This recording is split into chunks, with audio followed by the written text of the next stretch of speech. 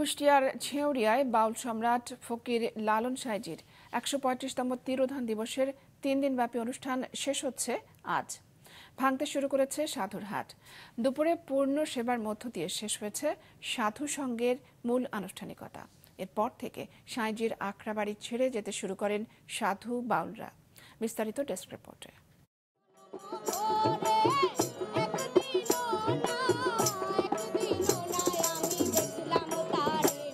আবারও মিলিত হওয়ার বাসনা রেখে লালন সাইজির আখড়া ছাড়তে শুরু করেছেন সাধু বাউলেরা।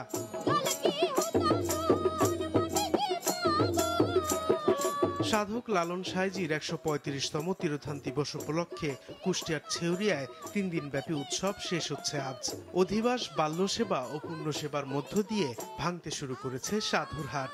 আগামীতে আবারও আসবেন সাইজির বারামখানায়, এমন প্রত্যাশা নিয়ে ভারাক্রান্ত মনে গন্তব্যে ফিরছেন সাধু বাউলেরা। এই যে লালনের যেখানে বিদায় নেওয়াটা, এই বিদায়টা হলো আত্মার কষ্ট। সাইজিক ছেড়ে আমাদের যেতে মন চাচ্ছে না, তবু আমাদের যেতে হবে। শেষ দিনেও ভক্ত অনুসারীদের পদচারণায় মুখর ছিল সাইজির আখড়াবাড়ি। বিদেশিরা মজেছেন লালন প্রেমে, লালন দর্শনে খুশি তারা। ধর্ম বর্ণ সবশেষে মানুষই যে পরম ধর্ম সেটাই প্রমাণ। Lalon Chak Festival is great culture for Bangladesh. সাধু সঙ্গ শেষে সাধু বাউলেরা নিজ নিজ এলাকায় গিয়ে করবেন লালন দর্শনের প্রচার। এই আখড়াবাড়ি যেন আজ মানুষের বন্যায় ভেসে গেল।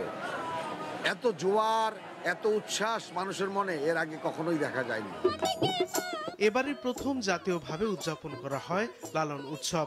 শেষ বেলাতেও সাধু বাউলদের কণ্ঠে সাইজির মানব দর্শনের বাণী। সাদেকুর রহমান সিদ্দিকী, মাছরাঙা, নিউজ ডেস্ক।